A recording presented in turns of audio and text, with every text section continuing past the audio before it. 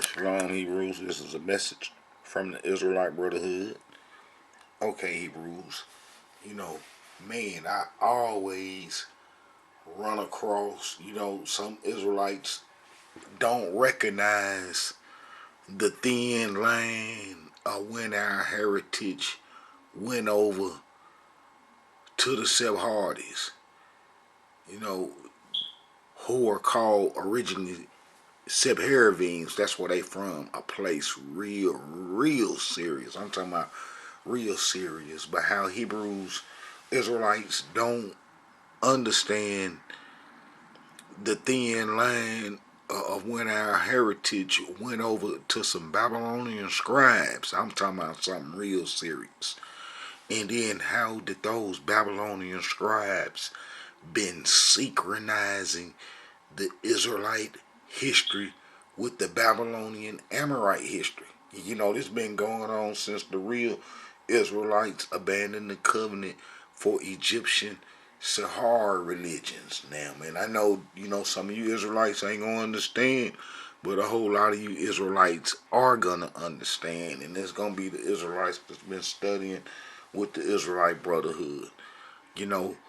Our enemies been synchronizing the Israelite history with the Babylonian gods history of all things. And we know that Prophet Abraham was told to get away from Mesopotamia and to go towards the Africa way. You know what I'm saying? We know that the promised land, man, is part of Africa. Man, is on the Africa plateau. That land that they call the promised land. Man, that's on the African plateau, man. The maps don't really want to reflect this and show this, but how did this little land, right, this little piece of land right here is connected to Africa. The Sinai and all this is connected to Africa, whereas these other parts break off and are not, man, connected to Africa on some sliding plates and so forth. But how the promised land is part of the African continent. This is really the eastest part. Northeast Africa is what they call Palestine, and we know that the name Palestine gonna come from the Philistines, and how did the Romans, you know what I'm saying, gave the land that name and so forth. And then we know that the land, you know, been in the hands of a lot of people that gave the land all kind of names and stuff. But this is what I want to show Hebrews, so y'all could be trained, man. We could be trained and be able to spot falseness dealing with our heritage and bring it to an end. Whereas, man, the history that I show, like I've been explaining to a Hebrew Israelite, man, is kind of like the destruction of Judaism, Christianity, and Islam. I know just listening to me, you'll say, man, what is he talking about? But if you understand the history that I show for the Israelite community, man, it's a wrap. And there ain't no other Israelite organization showing how the Sephardis and the Ashkenazi and the other ethnic groups that claim an Israelite heritage got into the Israelite heritage. The majority of the Hebrews are still associating themselves with that camp doctrine. And the camp doctrine, they ain't none but some Hebrew Christians, man, some Israelites that still believe in Christianity and that tried to modify Christianity, man, to suit their purposes and so forth. And it's like I'm gonna get on a video, I'm gonna start getting the materials together where I'm finna take away the what the New Testament used the history in the book of Isaiah. I'm finna take Isaiah, the prophet Isaiah, history away from the New Testament believers that try to support a demigod, and I'm finna break down that whole Emmanuel history and about the virgin having a son and so forth. I'm finna break all that down. I did it one video, but I'm just gonna dedicate a whole video to this, so it won't be no escaping. And we're gonna go over the whole prophet Isaiah history, dealing with what happened during that era. See, we ain't gonna take one verse and then try to say, oh, this mean this mean a demigod worship because of this one verse, or a virgin shall have a son. And we're not gonna make a religion off one verse, and we're not gonna let our enemies dupe us and mislead us into demigod worship by no one verse. As Israelites none accepted, the New Testament history from our enemies and stuff. We always accepting history from our enemies and stuff. And then that was one of the reasons what caused us, men, to run off from Almighty Yah. And then how that we got to turn back to Almighty Yah. You know what I'm saying?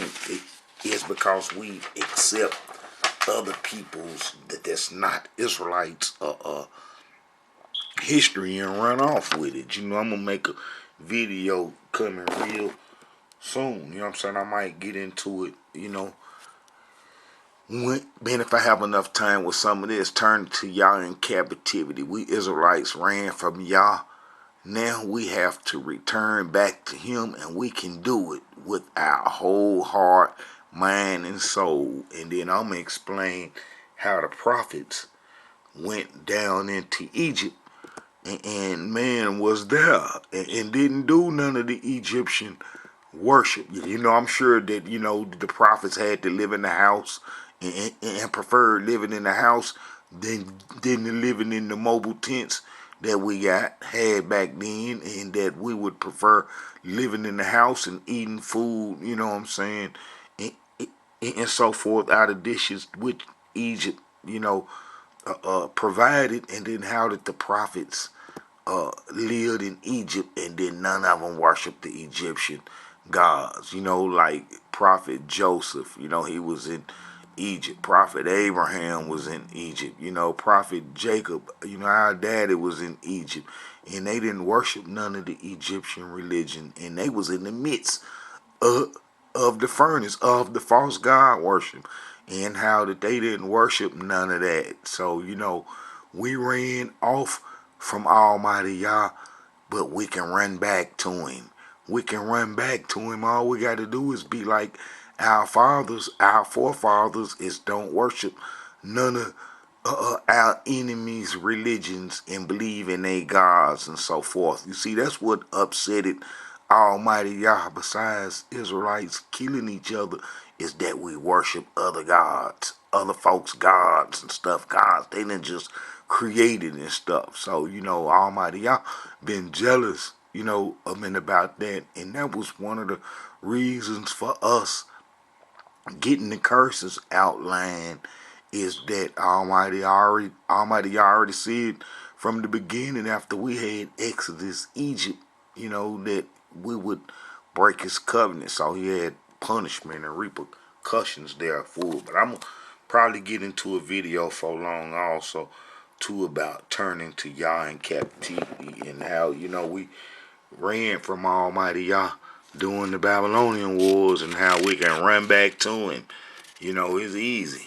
But I'm finna deal with this synchronizing, the enemies synchronizing. Man, they real slick, man. The Babylonian scribes, real slick, man. A lot of Israelites don't understand the type of people that we dealing to, and that the majority of our lack of understanding, where it's our fault, because we broke the covenant and ran into Africa, and we've been off covenant a long time.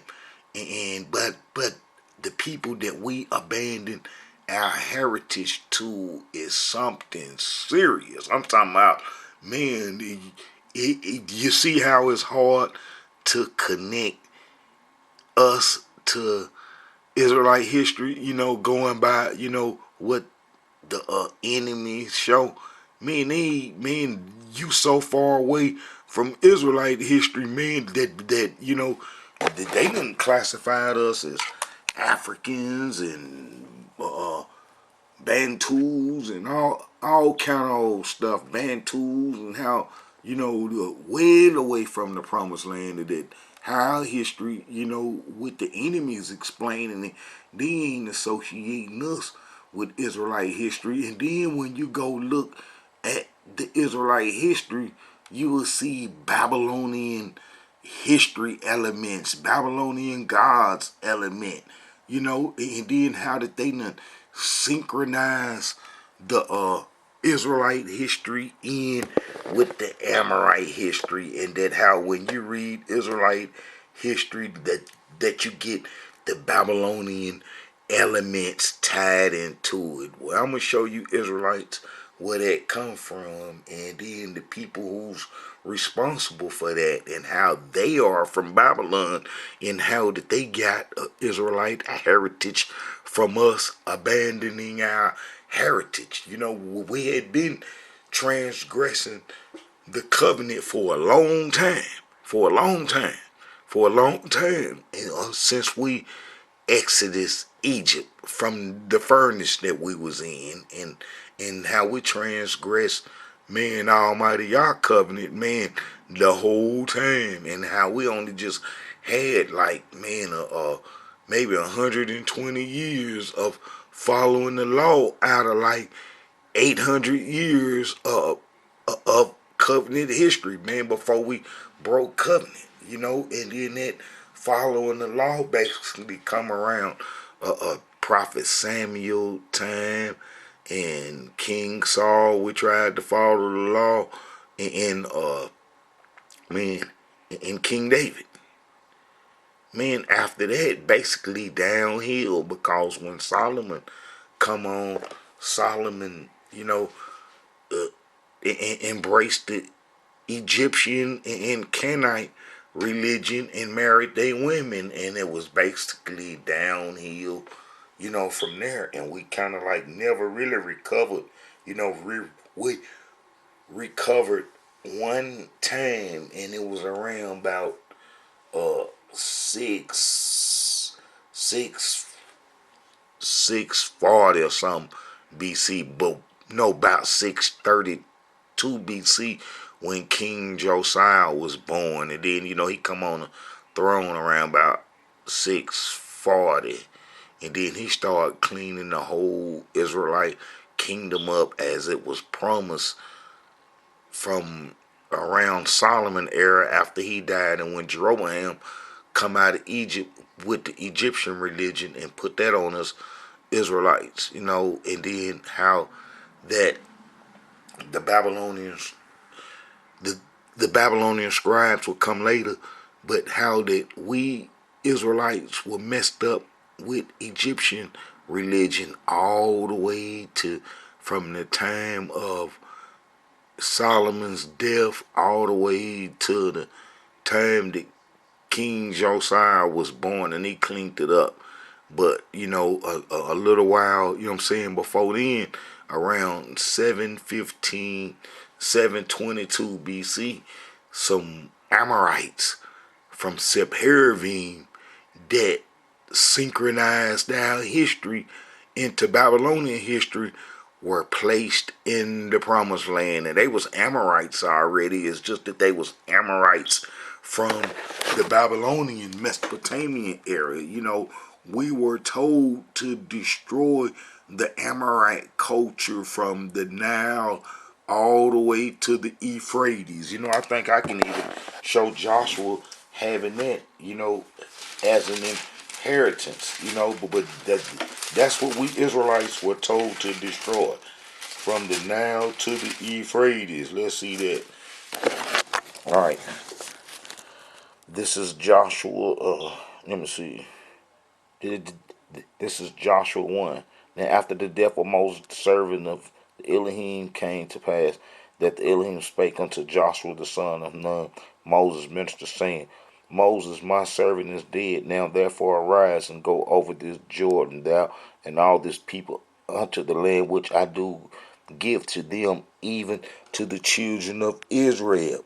Every place that the sole of your foot shall tread upon, that I have given unto you, as I said unto Moses, from the wilderness and this Lebanon, that that's Amorite territory, even unto the great river, the river Euphrates. Man, that's gonna be Amorite territory. Man, the river Euphrates. Man, the Euphrates. That's where Sippar and Nippur was from. That's where the evil tax system from the Sephardims were at. The people that synchronized the Israelite history into Babylonian history.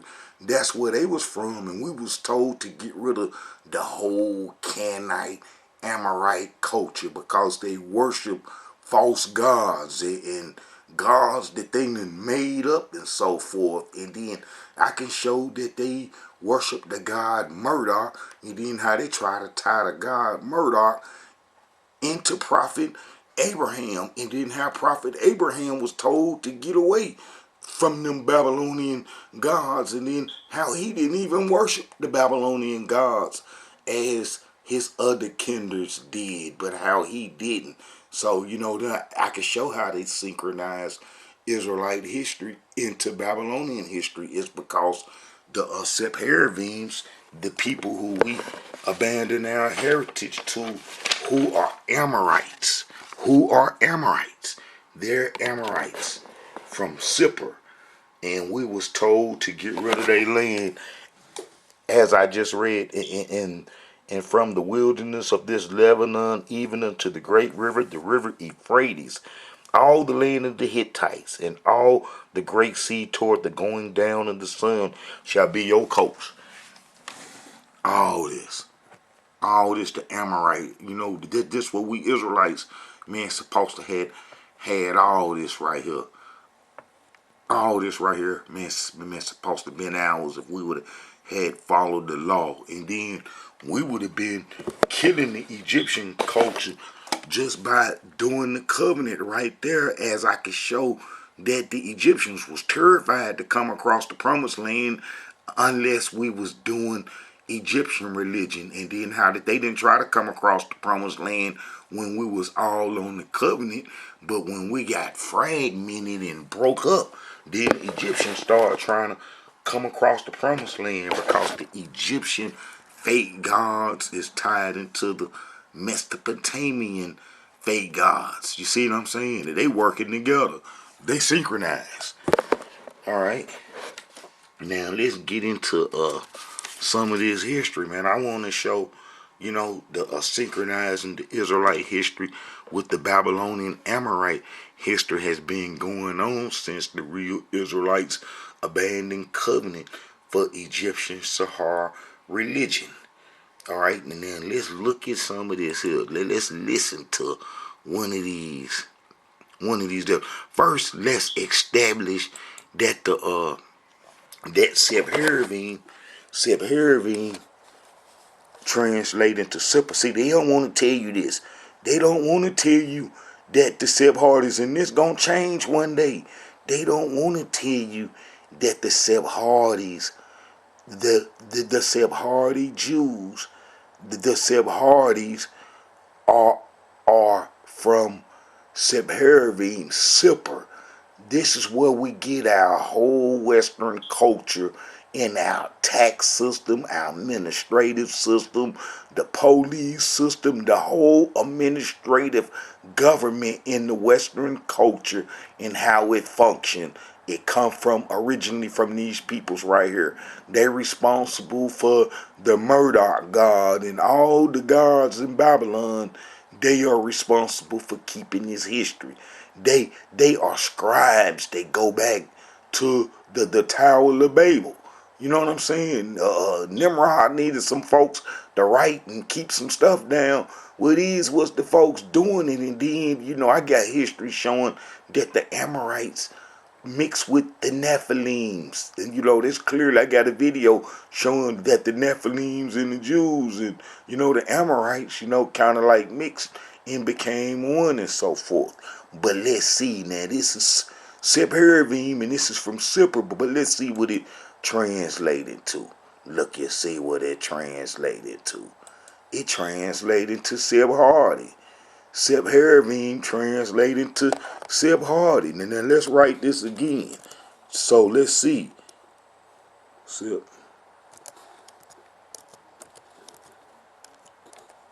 Then the Sephardim. Let's do it again.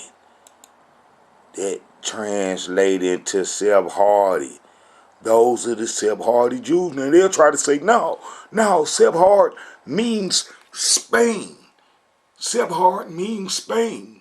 In Sephard, but I can show that the Sephardims, the Sephardi name existed before they went to Spain. And then I got a video showing how the Amorites in the Phoenicians, become like one. The Amorites is the mixing agent. They mix with all the ancient tribes. You know what I'm saying? And we was told not to mix in with them. But they are the professional mixers. They gonna mix with every ethnic group. They absorb the Ammonites, the Moabites, the Edomites, the Ishmaelites, the Hittites. All them got absorbed into the Amorites. You know what I'm saying? And then the Amorites would go get off into the Japhetic tribes, and then one of those branches will be the Sephardic, when they turned it into the Jewish heritage. But how that long time ago, Spain, Tarshish was one of their hangouts. It's been their hangouts, before we was an Israelite nation. And then in 70 AD, when Ashkenazi destroyed her Edomite temple, that how a whole bunch of them Edomites ran, to Spain. And those would be the ones that the conquistadors, the crypto Jews that'll come to the Americas and so forth, and then it's like, a lot of Israelites be confused, about those what they call Moreno Jews, you know what I'm saying, because they had some pigmentation, and then, they ain't them but the Sephardims, those are gonna be the Edomite tribes that had pigmentation, because the Edomites would mix in with the Ishmaelites, who mixed in with the Hamites, which I could show that Ishmael had an Egyptian woman, you know what I'm saying, and that how did the Amorites will mix in with the Ishmaelites, so they would have pigmentation, and that's your Sephardims, the Edomites in Amorites and Ishmaelites, and then they'll have pigmentation, and then they'll go to Spain, and they went to Spain, and then while in Spain, you know what I'm saying, they start writing and doing their thing to the Ashkenazi, caught up with them by proxy war through the Catholic Church, and then he had them ejected, and then they come over here, and I explain, in videos what they did over here and what they did meant to us, but you see how that word Sephardim translate into Sephardi. So ain't no getting around that. Ain't no getting around that. And then Sephardi, Sephardim is Sephardim is a Amorite, a city, Sippar. From Sippar is where Sephardim come from. And then I got plenty of history where, the Amorites saying Mubilant mentioned the building of canals in the vicinity of Sippar. You know what I'm saying, man? There's plenty history. Even Hammurabi. Hammurabi, repaired, what I'm saying, the foundation of Sippar and where the god Murdoch was and so forth, and how he served the god Murdoch, and then how them Amorites, built, Babylon and, and responsible. So, the Amorites from Sippar are the same Amorites that was in the land of Canaan. They one people, and there was no restrictions meaning on them moving from Canaan to the other parts in Mesopotamia. You know what I'm saying? In Babylon, or what they call Iraq today. So them folks would go there and there. We was told to destroy the whole city and civilization is because that they was tied into them fake gods and them gods that we Israelites wasn't supposed to worship. And then this is where they from. Sippar. Sippar. It's Sepharavim. Now we done already seen Sippar get translated into Sepharavim. That's a done deal. They gonna come change that later on because they slipping with that. But let's do it again so everybody will know. And Sepharavim, it is Sippar.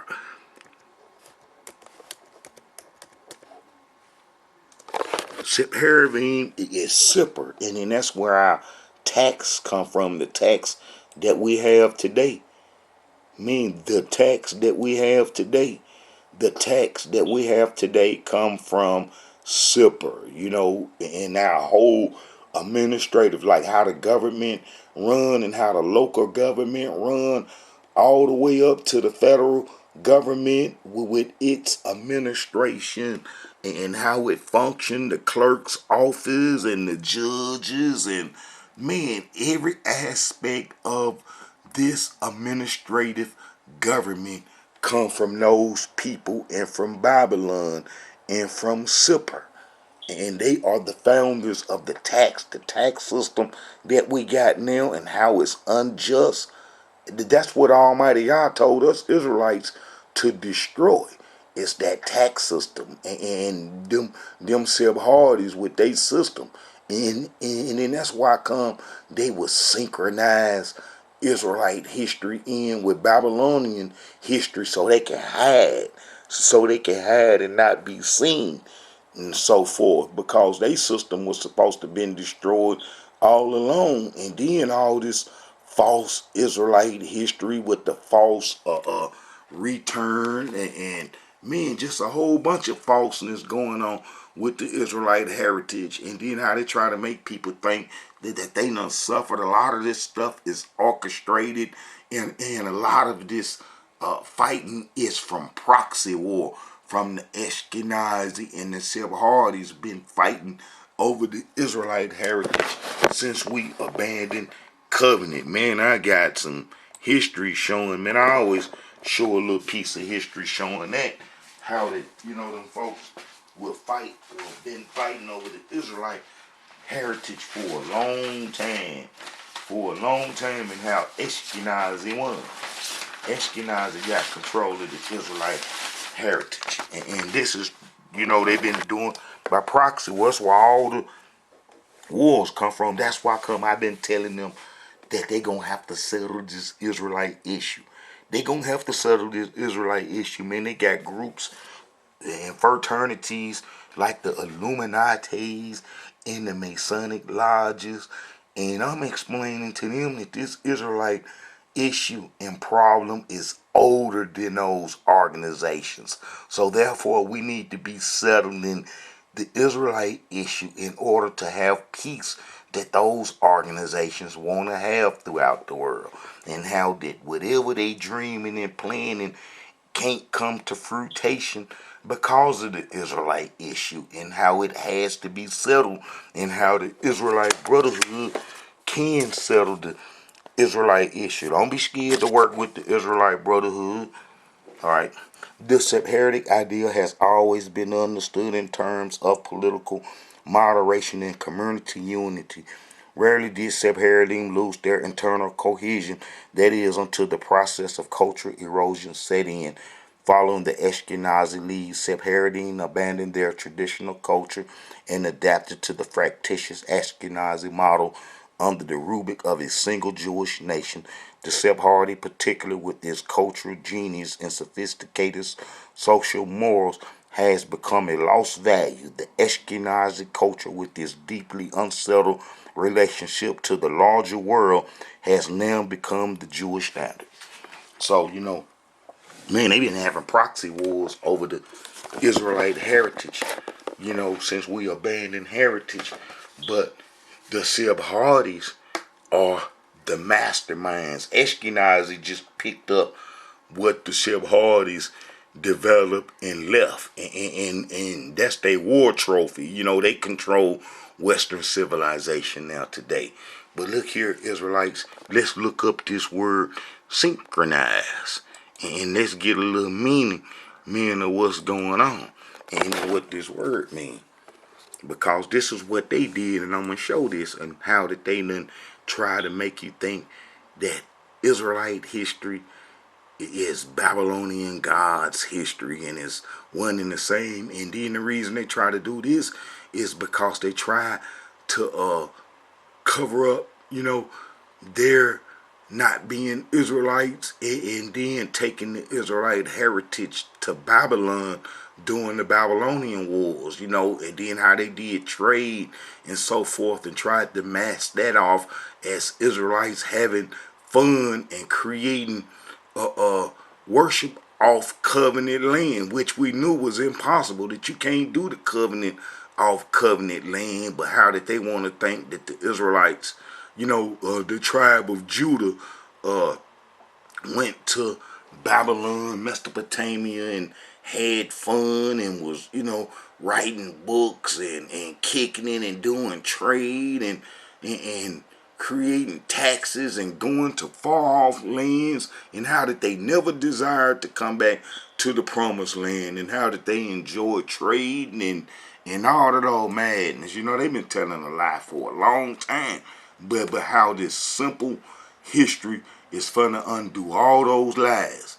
I ain't even educated like the average educated person is, and that's how Almighty Yah work. He go get the lowest person, on the pole, and like King David was the sheep herder. You know what I'm saying? My lifestyle is almost like his, and then how I was a nobody and still a nobody, but how Almighty Yah bless me with this knowledge for the Israelite community that's gonna undo our enemies lying on our heritage. And yes, you are an enemy to the Israelites if you don't accept us Israelites from the transatlantic slave trade as being the real Israelites, and then you trying to keep our heritage and deny us. You are the enemy. But if you just a regular Jewish person and you just caught up and born this way and you didn't know that all this falsehood exists, then our anger is not at you. We ain't mad at you. We ain't mad at the Jewish person that don't know, that was born into your Jewish heritage, and you just didn't know, that you just lived your life like that. But to you Babylonian scribes that know this truth and that try to conceal the Israelite heritage, this information in these videos is directed at you, and us Israelites gonna get educated, and you ain't gonna be the trickers, cause prophecy as well as we do. You know what I'm saying? That's like I explained in previous videos how the Sephardi's in the Ashkenazi no prophecies is real, because they been in our heritage since we abandoned heritage, and that's one of the reasons why they didn't put hands directly, you know what I'm saying, on us. But let's look at this word synchronize. Synchronize. Synchronize. To represent or arrange events to indicate coincidence or coexistence. Now that's cold. When people do that, to happen at the same time, to make synchronous in operation, to make motion, it just sounds all right. But you see what it says: to represent or arrange events to indicate coincidence or coexistence. And then let's see some synonyms related to this word. Alright. Accompany, attend, co-occur, coexist, coincidence, concur. but something that happened at the same time, you know what I'm saying? To represent or arrange events to indicate coincidence or coexistence, you know, that coexistence part. And that's what synchronize mean. And synchronizing is almost the same. Well, this is how they synchronize the Israelite history. Man, I want you Israelites, man, to listen to these devils. You know, listen to these devils.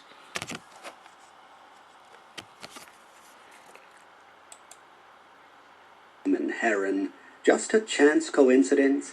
Or was Haran chosen by the unseen hand of fate? It is a nagging question, calling for a divining answer. For the place where Yahweh had chosen Abram for a daring mission, and where Marduk made his reappearance after an absence of 1,000 years, was later on the place where a series of incredible events, miraculous events, one could well say, began to unfold. They were occurrences of prophetic scope, affecting the course of both human and divine affairs. The key events, recorded for posterity by eyewitnesses, began and ended with the fulfillment as the poem of phrases the biblical it. prophecies created concerning man. Egypt, Assyria, and Babylon. They're going to try to And they say, included the departure of a god from his temple and his city.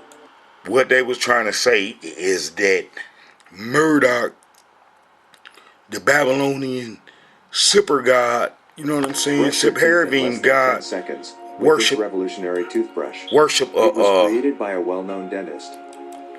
that It took you him know what I'm over saying, 3 years to make. that he He worshiped was tired of the Mesopotamian gods. You know what I'm saying? That's some cold mess. Is how they try to say that Prophet Abraham met up with Marduk in Haran, and you know what I'm saying? So they synchronizing the Israelite history with Babylonian history. They've been doing it for a long time. Listen. On whom he imposed the service of the gods, and set the gods free. Following this, Marduk arranged the organization of the netherworld, and distributed the gods to their appointed stations. The poem ends in Tablet 7, with long praise of Marduk for his accomplishments. Commentary. The Enuma Elish would later be the inspiration for the Hebrew scribes, who created the text now known as the Biblical Book of Genesis. Prior to the 19th century CE, See, look, they try to say that the Hebrew scribes got the Enuma Elish in Babylon and other the Gilgamesh epics in all Babylon history, and that we copied it, and then that's how we got our history. But we know that Almighty Yah was against the Amorites and its gods. You know what I'm saying? That Almighty Yah was against Marduk. You know, he was against Marduk in the believers and worshipers of Marduk. Is one of the reasons why we Israelites were told to destroy the Canaanite Amorite religion in its systems. Get rid of all them. All them was supposed to have got rid of, so that that evil wickedness couldn't continue over into the earth. You know, that's what capitalism come from, and that's what's destroying the earth slowly but surely. The selling the natural resources in the earth that was here, man, before we was even born. And then how they monopolize it and sell it. And then how they got all the other nations around the world doing the same thing, and how that's destroying the planet. And then how that they trying to take off and get into the heavens, because they are mixed with the Nephilims, who are the fallen angelic beings. You know, they trying to get off into the heavens. You know, but Almighty Yah said in Prophet Isaiah 14, I'm going to try to read that about what happened with them about the time of our redemption and so forth. All right, but look, we see Marduk. So we know Prophet Abraham ain't kicking it with no Marduk or talking to no Marduk trying to associate with the Babylonian gods because he was told to get away from there and not to fool with them. And he did just like Almighty Yah said. And then he even went down into Egypt and then didn't worship their gods and was in the midst of the hornet's nest. Yes, and didn't worship their gods. So that's why we got to be like our forefathers. Look, Murdoch, calf of the sun, solar calf, and let me see, was it late generation god from ancient Mesopotamian pantheon of deities in the city of Babylon, when Babylon became the political center of the Euphrates Valley in the time of Hammurabi. You see, he worshipped the Babylonian Amorite. He was an Amorite, and he helped Sippar. Look, Murdoch slowly started to rise to the position of the head Babylonian pantheon in the temple of Glacia. Murdoch is associated with the divine Hemihulu. His symbolic, let me see, all right. His symbolic animal and servant whom Murdoch such and such and such. But let's get down to the part. The name Murdoch was originally Murdoch, the etymology of the such and such and conjured up derived from the immortal sons of Utu or built bull calf of the sun. The origin of Murdoch name may reflect the earlier genealogy and have had cultural ties to the ancient city of Sippar. See, that's where the Sephardims from. That's where the Sephardims from. Sippar. This is where the Sephardims from. Sippar.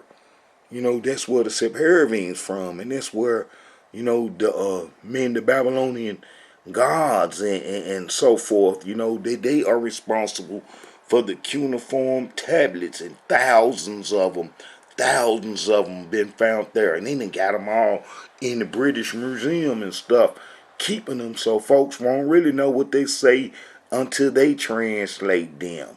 But these are the folks that settled, that was placed in Samaria in 722 BC. And they responsible for the Babylonian gods' history. Oh man, you know what I'm saying? Look, the sun god tablet from Sippar. You know what I'm saying? Look, the tablet of Nabu. Now Nabu is on the door of the Congress of the Library. Now that's a Babylonian god, the god of knowledge. It was found there, and look, the first world map I show you, look, was found in Sippar. I show you that this map, and I got a video showing that this map showed where all the Nephilims had mixed with all them tribes, and it was like a road map to where all the Nephilim's descendants was, and where all the robbing and stealing and all that stuff was going on, and how the Amorites had a map on how to get to all their kindreds and stuff, the ones that was mixed with the Nephilims. And that's the look map of the world from Sippar, the first world map. You know what I'm saying? So them folks traveling all around. I mean, you think that Columbus and them just got the map and just start, you know what I'm saying, getting around and stuff, when the Babylonians been had a map long time ago of how to get around. You know what I'm saying? So, man, it's something serious dealing with them folks. And them people, we abandoned our heritage too when we ran off into Egypt, into the Sahara to do the Egyptian religion, and then how we abandoned our heritage to them. But you see how they synchronize Israelite history with Babylonian history, and then people would think that the Israelites went to Babylon and just had a good time, and then that's false. And then here's them people's placed in our land in 722 BC. Man, I could show 2 times that they got in our heritage. Man, they got in our heritage. The Amorites got in our heritage to synchronize it with the prophet, with Joshua. Joshua got in. You know what I'm saying? The Amorites you know, and then how did them Amorites would absorb our heritage, you know. Let's see if I can find some of this. The Gideons, Joshua 9. Let's see. How the Gibeonites. You know, I think I just did I did one video, you know what I'm saying, about the Gibeonites and how the Gibeonites tricked us. The Gibeonites tricked us, and you know, the Gibeonites were Amorites. And then the Amorites, you know, let me go to Joshua 21, and then this will tell me, Samuel 21, I don't know how.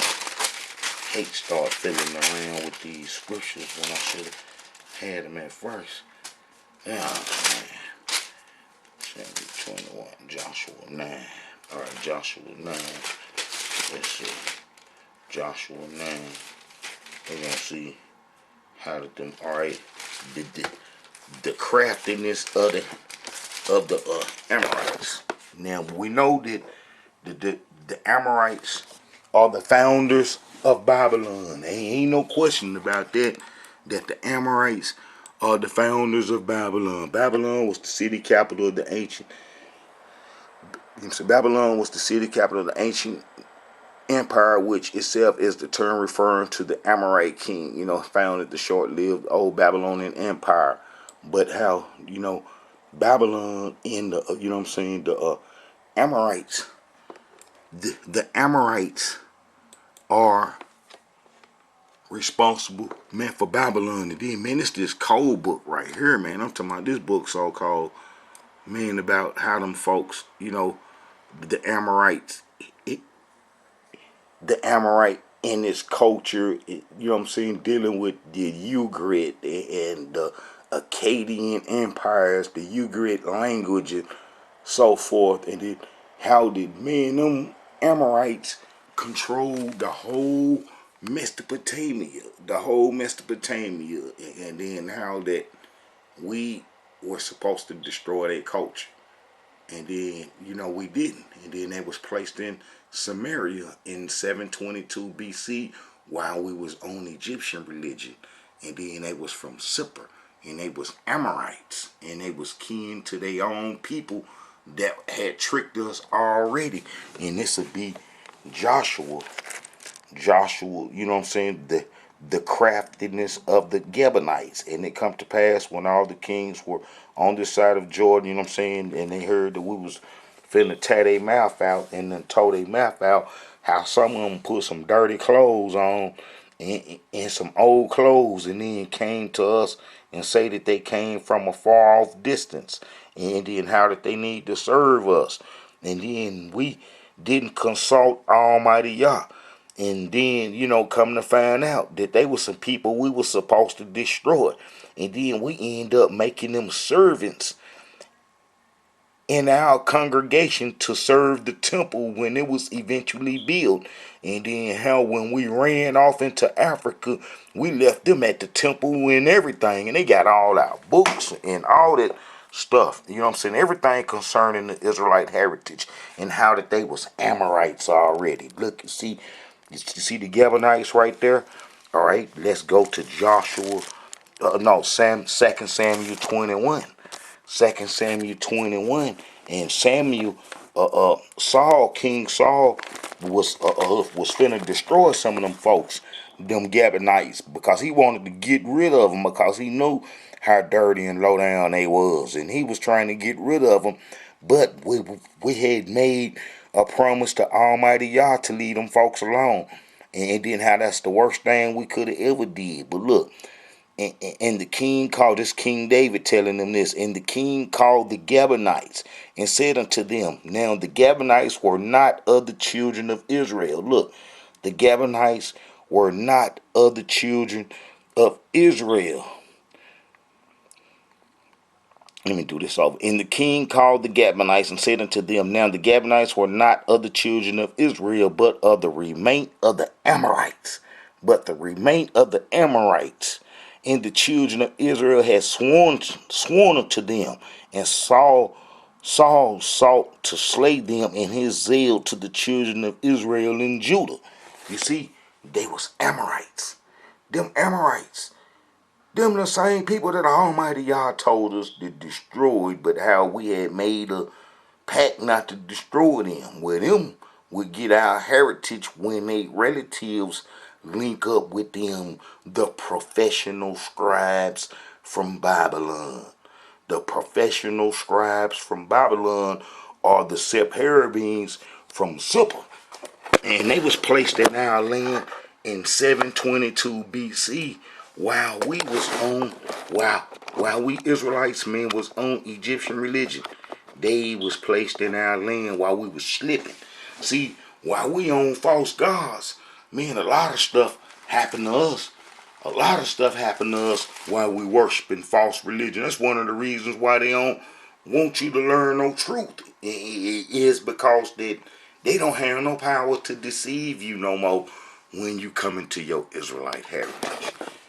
Look, I turn right to it. 2 Kings chapter 17, verse 24. Now this is, the Sephardims being placed in our land. And the king of Assyria brought men from Babylon and from Cuddar and from Abel and from Sephardim. Sephardim. Now I already showed you what that word Sephardim translates into. Let's look it up again. I already showed you what it translates into. But for the sake of everybody, we're going to do it again. Look, you see Sephardim? And we're going to see if that translates into meaning to Sephardi. Alright. Let's go. Let's see. When this computer go to sleep. Alright. Sep. Her. Fine. Look, you see that? I just typed it in. Sephardim. Now that's the same as them Sephardims right there. Now they slick. Now they'll try to say, oh, that ain't the same people, and that Sephardi means Spain. Portugal or some old crazy stuff like they try to say Ashkenazi means Germany. Ashkenazi means Germany, and that the Jews went to Germany and become Ashkenazi. Well, false, because Ashkenazi name existed before Germany. Like the Sephardims, the Sephardi name existed before Spain. And that how that those are ethnic pointer terms. Those are ethnic pointer names. Ashkenazi belong to an ethnic group. That's a child of Gomer, who is a son of Japhet. And we got their history logged in Tanakh history. And then how that he had a name, Ashkenazi, who was called Scythian in history before Germany. They cold with that mess. They real cold with that mess. And then how his name was in Assyria, Eshkus, Ushkus. I could type it up. It is easy to show. But I got plenty of videos going into this. So we see that Sephardim, which is the same as the Sephardims here. Now them the people that's going to synchronize the Israelite heritage, they would have a reason to, because they from Sephardim. And then they got all this knowledge of scribing and writing books for thousands of years before we was even the Israelite nation, because they mixed with Nephilim. You see what I'm saying? So they, got some knowledge and so forth. All right. Look, you see Sephardim translate into Sephardi. And those are the people we abandon our heritage to. Some Babylonian scribes. And that's why come the Israelite heritage gets synchronized with the Babylonian heritage, when we know in Tanakh history what we was told during the Babylonian era. We was told this during the Babylonian era. That's why you got to trust the Tanakh. And when these folks start coming up with this crazy false history of how the Israelites lived in Babylon and had a good time, their history gonna be basically against Tanakh. Their history gonna be against Tanakh. Whereas the Tanakh state plainly what the Israelites were supposed to do. But let's read this again. And the king of Assyria brought men from Babylon and from Cuddar and from Ava and from Hamath and from Sephardim, and placed them in the cities of Samaria instead of the children of Israel. And they possessed Samaria and dwelt therein. So they would go back home during the Babylonian Wars, like 134 years after they was placed. 134 years in the Israelite heritage is a good long time to learn everything, as I can show that they came to Passover dinner under King Hezekiah as strangers. You know, man, let's look at that since I'm saying it. You go to Second Chronicles 30. Second Chronicles 30. And then you read, this Second Chronicles 30 showed that there wasn't no 10 lost tribes. This is a 10 lost tribe killer. I always show Israelites this, and this was written in 715 BCE. So, this is like, man, a long 7 years after the so-called 10 lost tribe myth, and then how the Israelites were still at home. But as you read, you'll see all kind of Israelites name tribes names. And then when you get over to verse 25, now King Hezekiah had everybody to come to the Passover dinner. He even let them Sephardims come to the Passover dinner, the people that was in Samaria who would be strangers in Israel. Look, and all the congregation of Judah with the priests and the Levites, and all the congregation that come out of Israel, and the strangers that come out of the land of Israel that dwell in Judah rejoice. Now those gonna be the Babylonian scribes. They coming, they having a good time. They in our heritage. They know we wicked. And then they got to know that we gonna be driven out the land. They got to know we gonna be driven out the land. So they having fun kicking it. Now let's show that when we was driven out the land, and some of us was taken to Babylon, and which is gonna be the book of Jeremiah dealing with the Babylonian captivity, and then how that if you go to Jeremiah 51, and this was told, man, to the Israelites. This is 51:5. For Israel hath not been forsaken, nor Judah of his Yah, of the Elohim of hosts, though their land was filled with sin against the Holy One of Israel. Flee out of the midst of Babylon. Look, flee out of the midst of Babylon, and deliver every man his soul. Be not cut off in her iniquity, for this is the time of the Elohim's vengeance. He will render unto her a recompense. So, and Cyrus was prophesied, man, like 100 and, man, I think 150 some years, man, before he even came and did that. Let me see if I can find that about Cyrus, man, in the book of Isaiah, and how he was prophesied to come destroy Babylon. Here it is. Look. All right,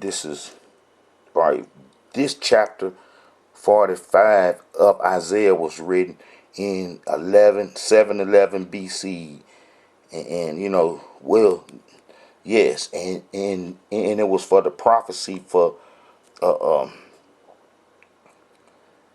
Cyrus. Look, this said the Elohim to his anointed, to Cyrus, whose right hand I have held, and to subdue nations before him. So Cyrus came and knocked the Babylonians off. You know what I'm saying?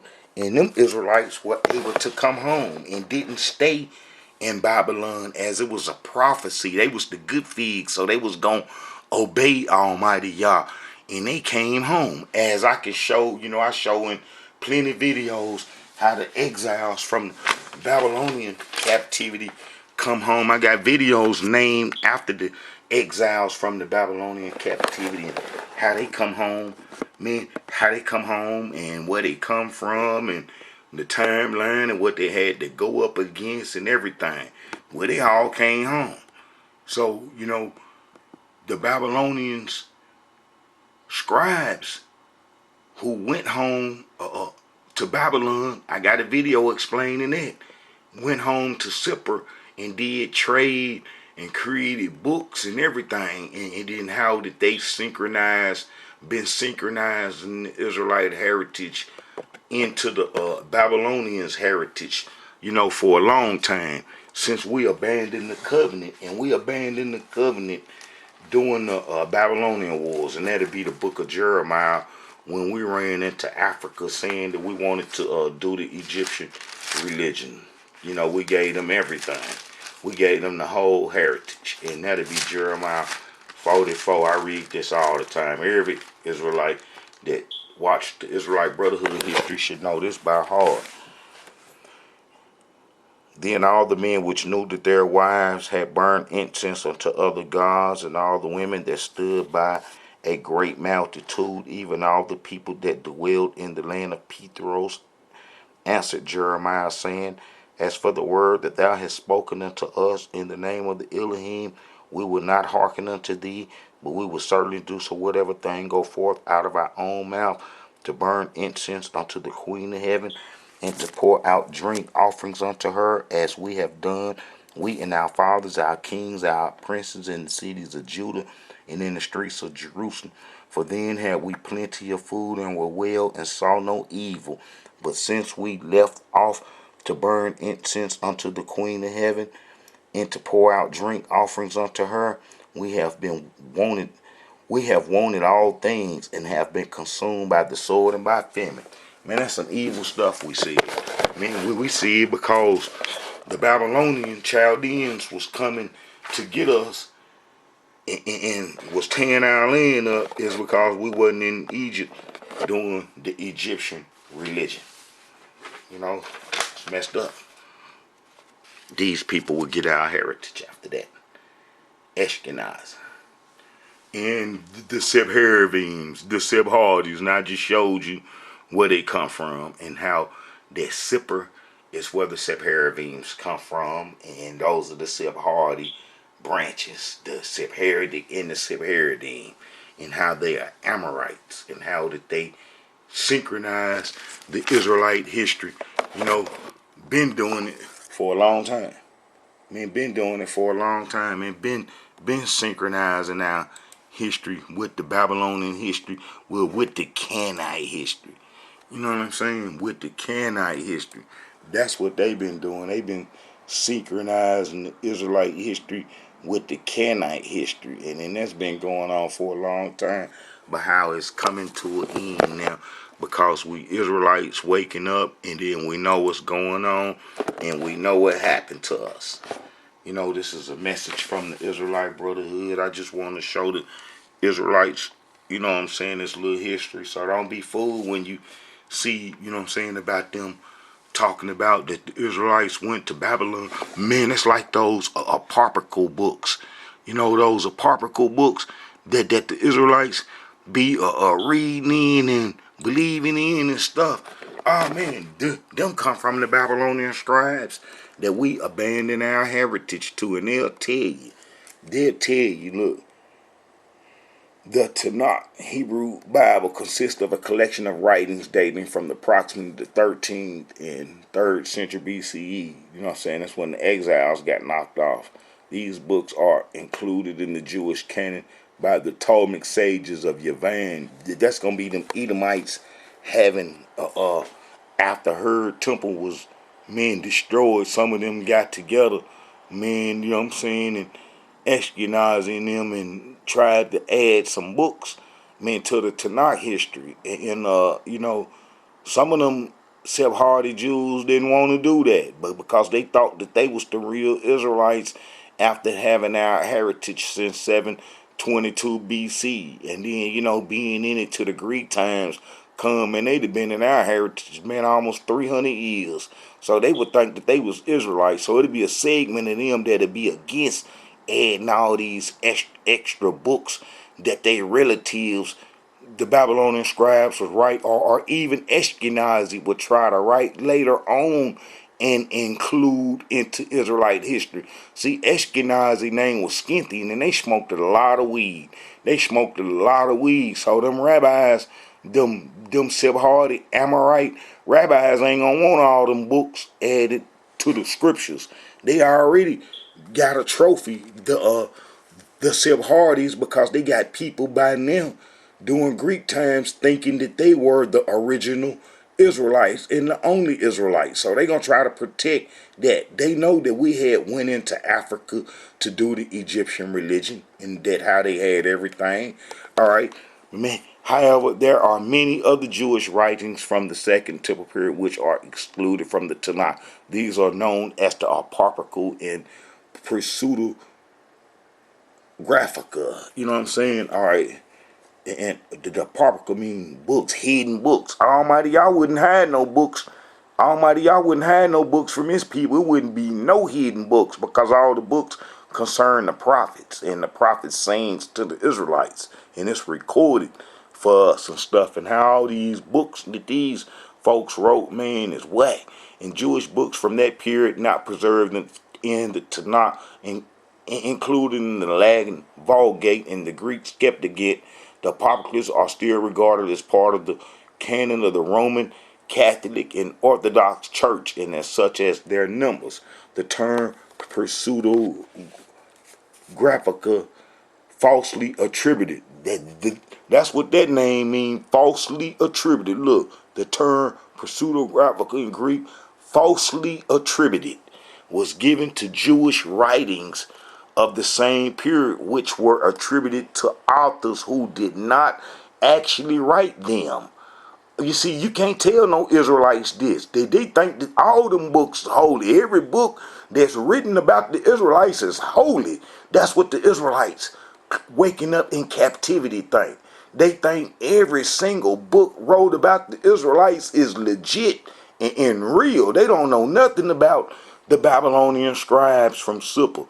They don't know nothing about the Babylonian scribes from Sippar, and then they accept all those falsely attributed books as real. And these gonna be some books that Jesus wrote. And man, I prove in so many videos the falseness of the Jesus character and how that during that time, man, the Greeks, the Romans, and how so many people had settled in the land and how it wasn't no Israelites. Zero Israelites in the promised land during Roman times. And that the Greeks put the exile lights out. I explained that in plenty of videos, but some Israelites, they lazy, man, they lazy, and they done accepted the history that the slave owner done gave us.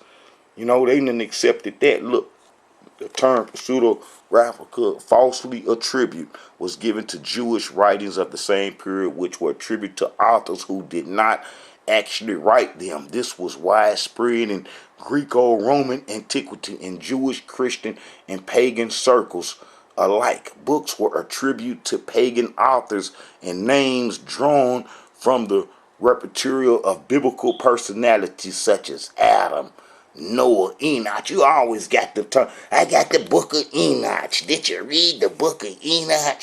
You know, these second Ezekiel, Baruch, and Jeremiah books. You know what I'm saying?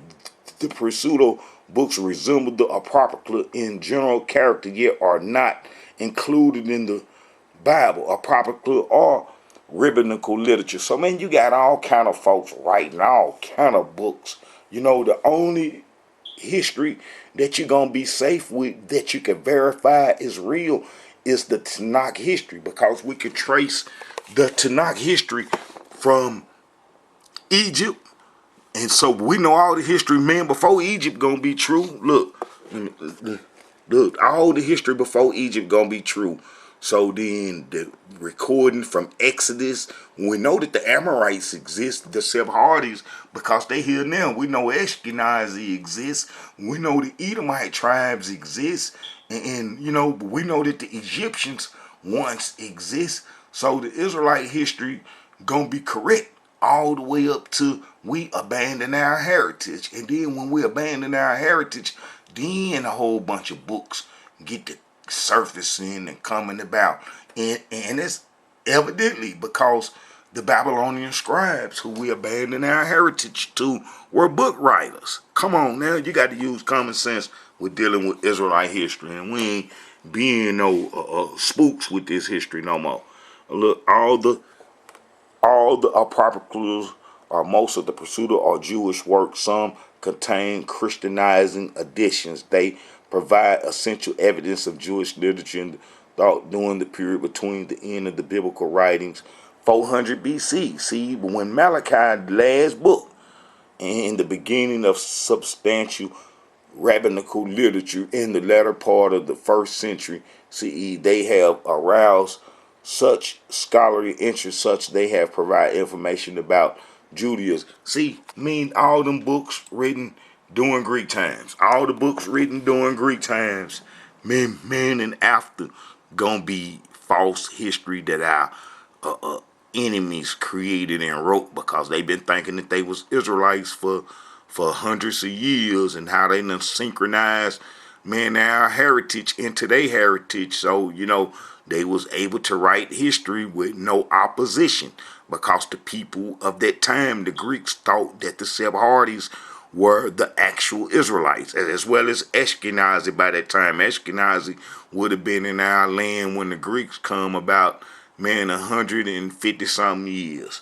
All right, Israelites, this is a message from the Israelite Brotherhood. You know what I'm saying? We're going to keep it sharp. We're going to keep our history right. And I pray that the Israelite Brotherhood family is safe, and that Almighty Yah is protecting you. Shalom.